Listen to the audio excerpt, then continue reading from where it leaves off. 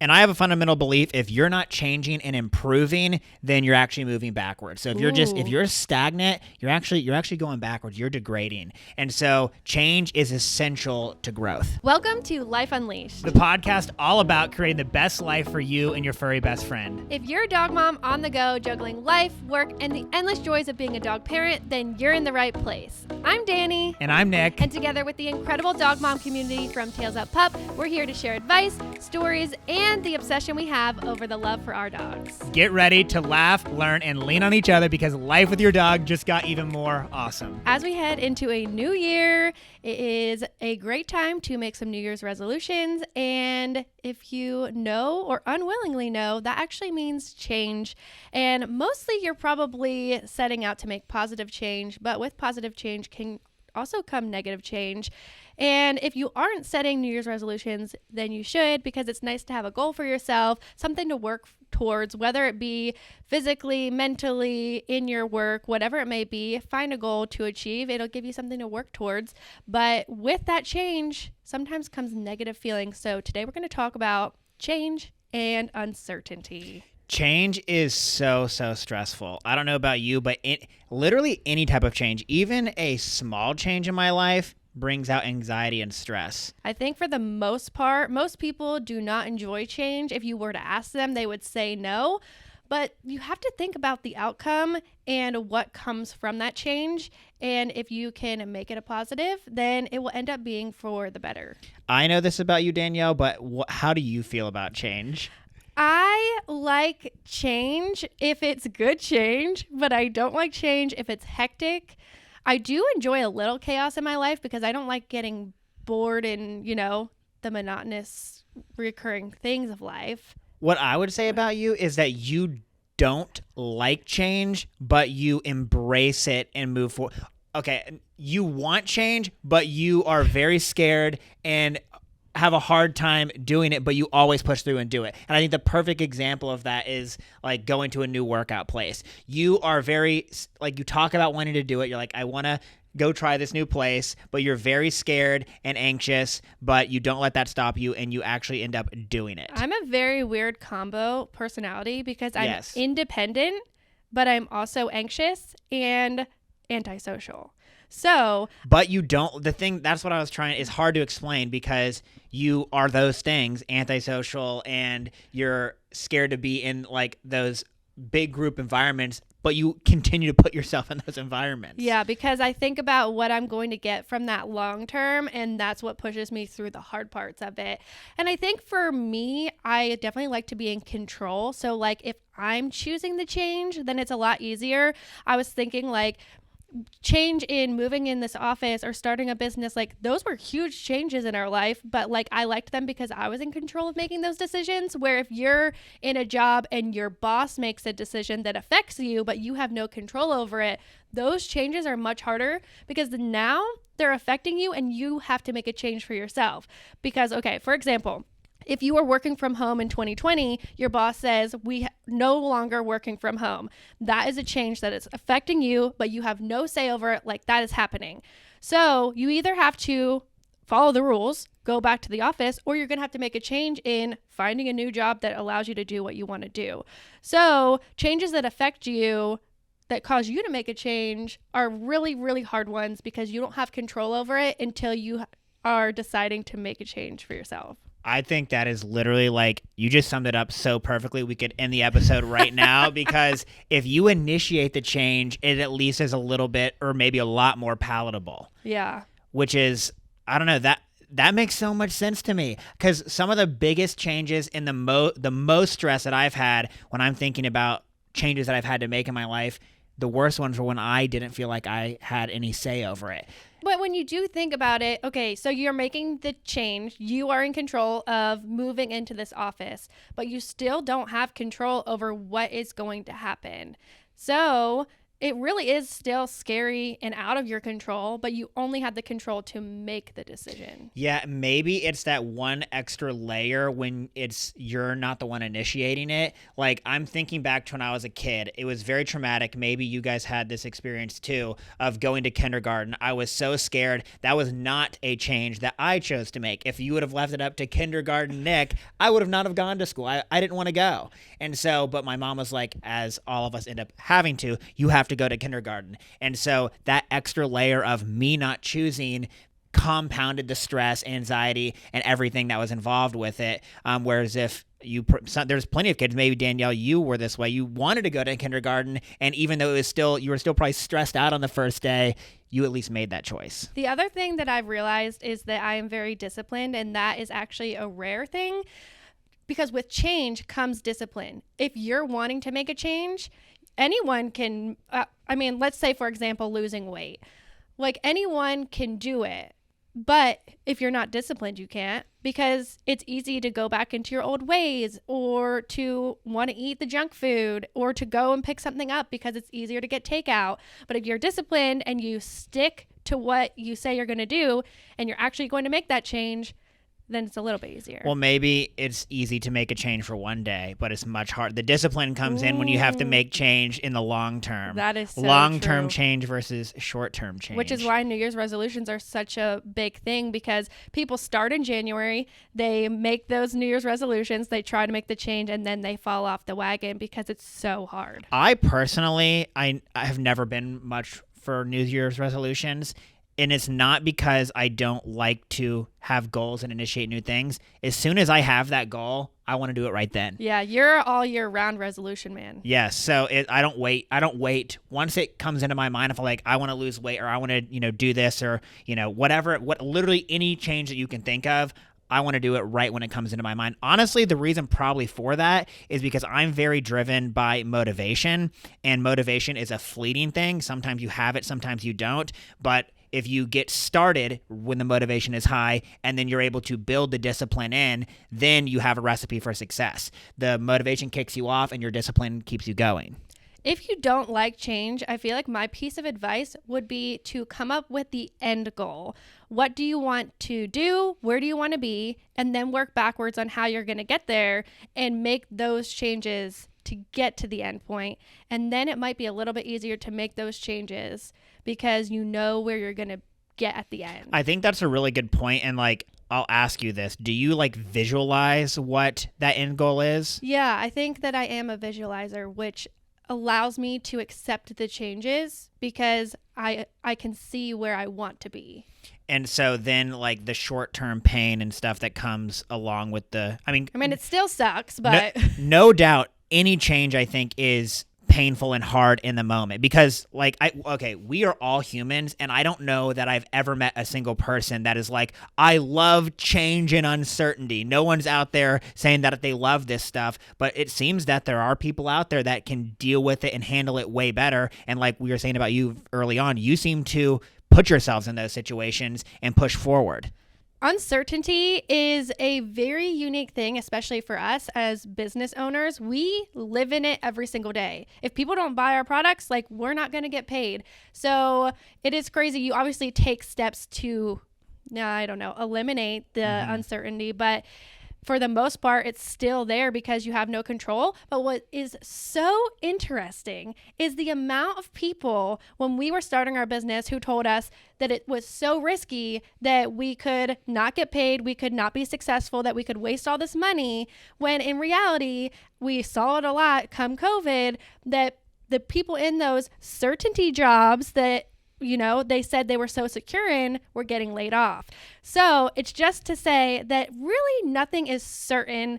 And even in those things that you think are certain, if they're out of your control, then they're not certain. Yes, I think life is very uncertain. And a lot of us have the illusion of certainty, and that is probably like a protection mechanism. Is you just get very comfortable in your routine, and you think that nothing can really change that except maybe something that's tragic. But that's not necessarily true. I feel like 2020 is a great example. If you would have talked to any of those people, they probably would have told you, I'm like, or at least in 2019, my job is very secure, and everyone says that until it isn't. And anyone that's been laid off will tell you, I felt secure until it happened, most likely. And so all that just goes to say is you might have more illusion of certainty than you actually do. Even if you feel like it's certain, it's not. So you're going to have to adapt and learn to be okay with change. Even if you're not, like, it's going to be hard. I'm not saying it's easy, but learning coping skills or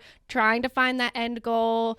And when you're put in a situation where the change is out of your control, that you can also make a change to make that a little bit better. I think that the reason that we're talking about change and uncertainty is no matter what type of change there is definitely uncertainty with it. And what Danielle just talked about is that really life is uncertain, even if you don't think that it necessarily is. And so I think the next part that we should talk about is what are some ways that we can cope and deal with uncertainty? Ooh, that's hard. Well, to me, dealing with any problem that we have is I try to look back at past experiences that we've been successful in navigating change and uncertainty, and I try to use those past experiences to kind of just give myself a pep talk and be like, you've done this before, Nick, you can do it again.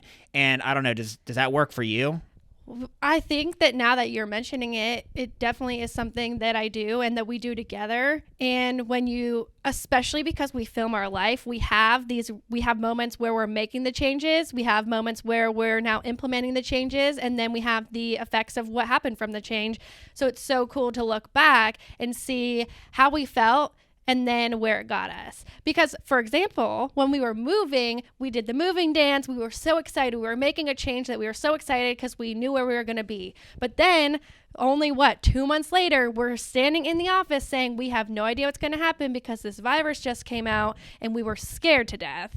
And then we had our best months ever and all of that stuff. It's just cool to be able to look back and see we were happy, we were sad, we were scared, we were uncertain, and then look where we are now. We had every emotion in the book in a very short amount of time. But anytime we are faced with a change now, we can look back at that experience and say, oh, this uncertainty, these fears, all these crazy emotions that we're feeling, I felt this before. I know what this feels like. And in the past experiences that I felt this, we did get through it. And actually, as we're about to talk about, so many of the biggest, most difficult decisions, at least I know that I've personally had to make, and a lot of them, Danielle, I'm assuming are the same for you because we were doing it together, they actually ended up being the best decisions that we've made so far in our life, is at least what I would say. But in the moment, it felt so stressful. They were so difficult decisions to make, and the uncertainty of that change was just astronomical. But looking back, I'm so glad that we made those changes. Something else that we do is that we use our knowledge to make an educational guess when deciding on changes. For example, like right now, we're thinking about potentially moving. So are we going to sit down, or we are, not are we literally are sitting down, looking at financials, space, square footage, where are things going to go? What's the layout going to be like? We're using what we know now, how much space we have, how much we would desire to have, what we currently pay, what we can pay, how much money we make, all of those things. We're using the knowledge that we have to make the best educational guess at the change that we can. Well, and I think that some of the negative, or you could call them negative emotions like stress, fear, those types of things, that actually helps you into pushing you towards making the best, most educated decision. If you didn't have those emotions, you probably might just be like, oh, well, we'll just see how it goes. And if you just say, we'll see how it goes, you could actually get yourself in a very bad situation. It doesn't mean that you're always going to be right, but I actually think that those quote unquote negative emotions actually can be used in a very positive light. It can make you do the hard work. And of course, us sitting down and number crunching is not a fun activity. So we need to have something that kind of a fire under our butt to actually get us to do that. And the stress makes you sit down and do it. There's also pros and cons to everything. But I was going to say that advice would potentially be to lean on someone, but you have to make sure that it's someone that you can trust and that has knowledge about what you're talking about or deciding to do and that change. The only negative to leaning on someone or asking for advice is that they might have something not nice to say. So you either have to take it with a grain of salt, or maybe it will end up being a good thing because you'll make a decision based on something that you didn't think about. Overall, we like to lean on our parents or a friend, or like Ensley, who's also in the business with us. We're talking about ideas, for example, moving, and then they're giving us feedback on why you should or shouldn't. And they also give you ideas that maybe you didn't think of. But it can also be sad if you're super excited and you want to do it, and then they tell you like you shouldn't because of something. I have mixed opinions on outside counsel. I think first and foremost, it is a good thing to seek out, but like you said, you have to take it with a grain of salt. It's nice to talk to, whether it be your parents, somebody else that's been in that position before, and use them all as data points, but that's all they are.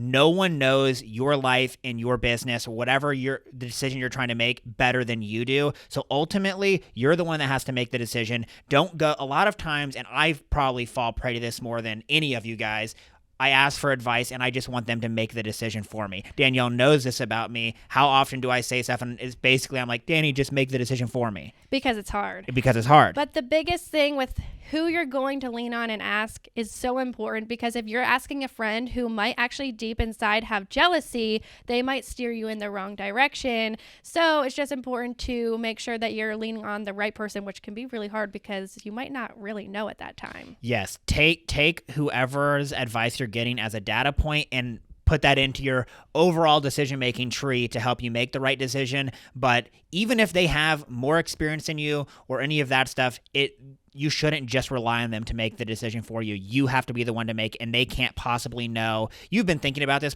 for months, maybe even years, and maybe you just brought this up to them, and in a 10-minute conversation or even an hour conversation, you can't possibly expect them to be able to have all the adequate information to help you make the best decision. You're the one that has the most information. And if we listened to every person that we seeked out before starting our business, Tails Up Pup would not exist. Would not be here. So it's important to know that you can lean on people, you can ask for advice, but then at the end of the day, you have to make your own decision on what you feel like is best. So we did seek out advice. They told us don't do it, or I don't know, not everyone. Just concerns about uncertainty, really. And they were, 100% valid concerns. They were. That's the thing about the outside advice, or anytime you talk to anybody else, a lot of times their concerns can be very valid, and it was an important data point to consider, is those concerns. But like we said, it was just a data point, and we didn't let their concerns stop us.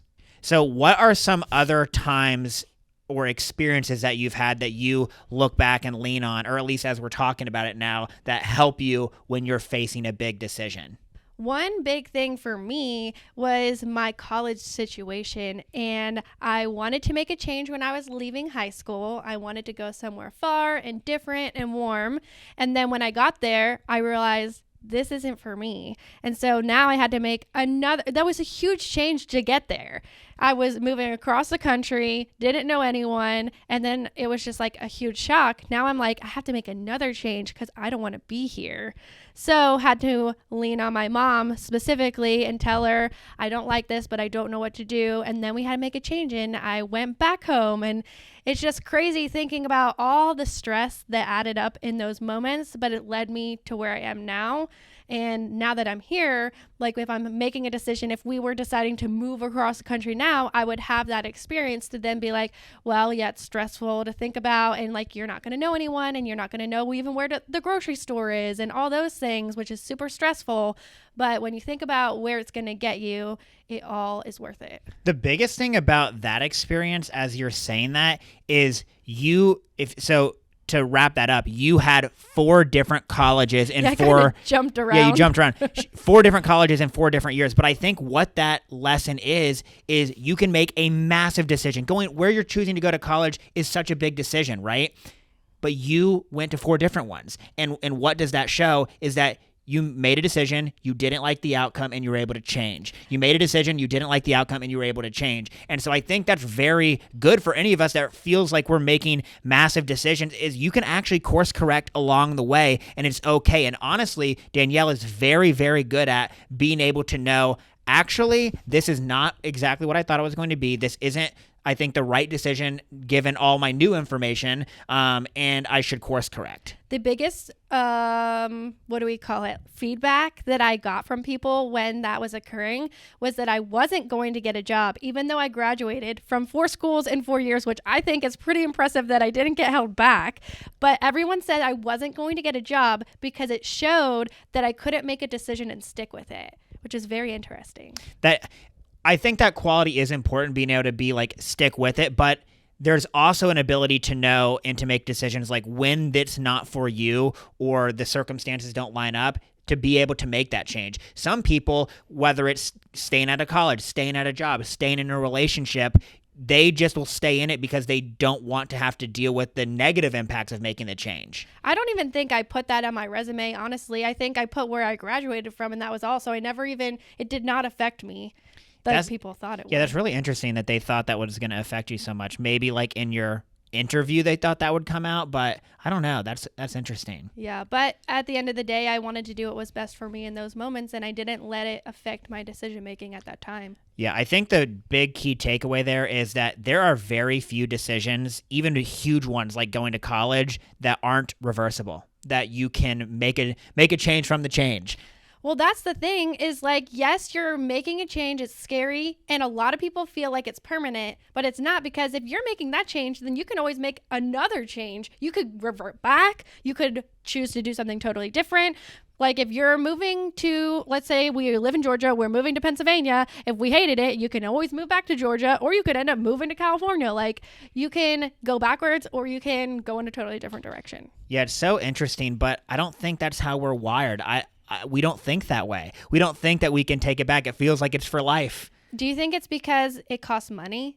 Well, I think any additional cost, yes, makes it feel more permanent. Like moving, of course, costs a ton of money, or the college situation. Most decisions in life that you're making changes about still cost money. Everything in life costs money now, except for this podcast. Yeah, well, I mean, I guess maybe it just gets into the uncertainty, which I mean is kind of like the next phase of like what I wanted to talk about is how do you deal with, so we talked about dealing with the pieces of change, but how do we deal with the uncertainty itself? And I would classify that more as like the stress and the fear and the emotions that come with change. Well, for me, I enjoy working out because that really alleviates stress. Being able to go on a run or lift weights or just go to a workout class, it gets you to stop thinking about things, first of all, so your mind gets to take a break. But then second of all, working out has been shown to alleviate stress. So I think finding coping mechanisms like that are essential to make sure that you're not having too much stress in your body.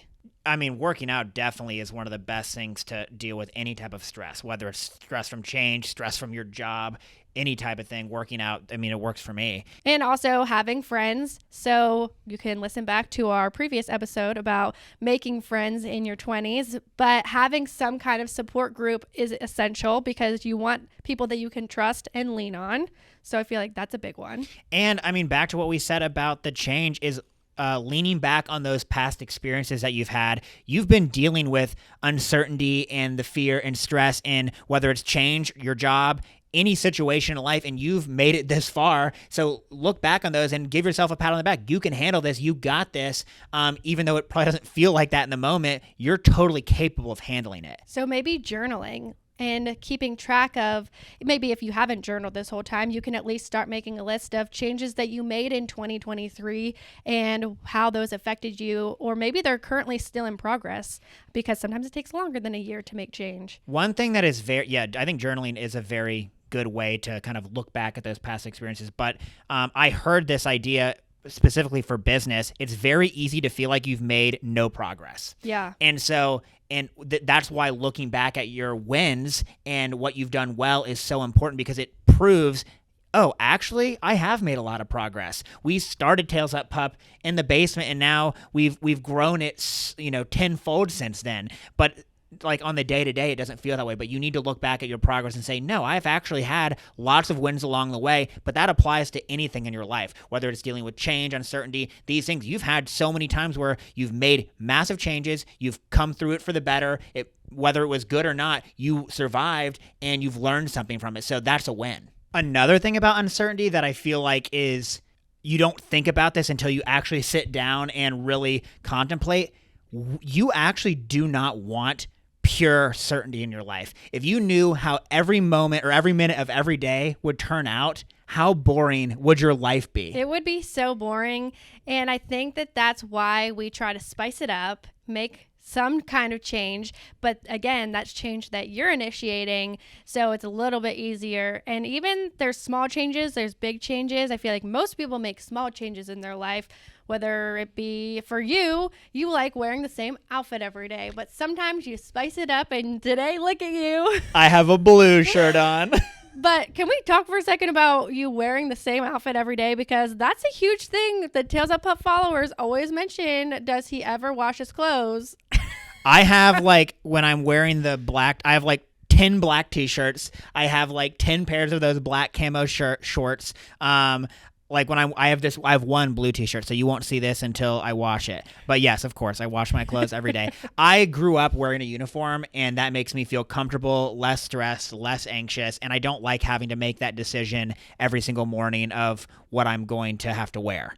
So that's why I wear the uniform. It's very interesting because when you think about it, deciding what you're going to wear is a huge decision, because not only is it going to make you feel confident and beautiful, but you're also putting on like a part of your personality. It's how other people are going to perceive you. I'm wearing pink, and I feel like people think that that makes you like bubbly and like, I don't know, even more outgoing, which is not me, but I feel like pink is a certain personality. Ensley literally never wears pink. She is a beige girl, and she's a neutral girly, and that's like the complete opposite of me. I love color and pop, and she doesn't, and I feel like that says a lot about who we are as personality types as well. Yeah, what you wear every day does say a lot about you. It is so interesting, speaking of like the novelty and everything, you wear a totally different outfit, and I feel like you want even more novelty in your life than I do. I want this, I crave routine, where I think you, Danielle, you spice it up in more aspects. You want to change up things every day. But I like to change up things in the routine.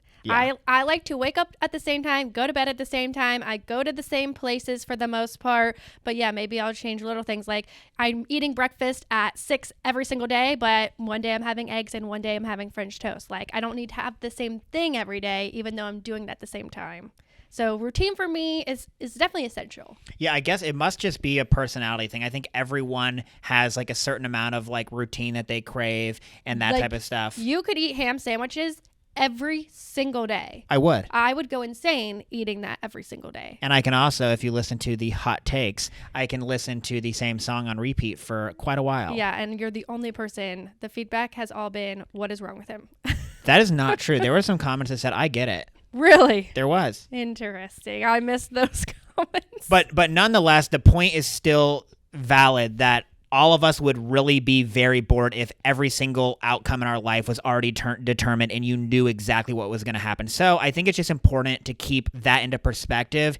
Anytime you're dealing with uncertainty or change in your life, actually it's a good thing, and it makes your life interesting, because if you knew everything and all the outcomes, you would be bored out of your mind. It's very true. So with all that being said, I think it's important to know that uncertainty cannot be eliminated. We have to learn to live with it and just keep things in perspective and know that it's actually a good thing. And use some of the coping mechanisms that we mentioned, whether it be journaling or working out or, I don't know, reflecting on the past and how that has affected you. And also looking at the end goal of where you want to be, how you're going to get there, and making the changes to get you there.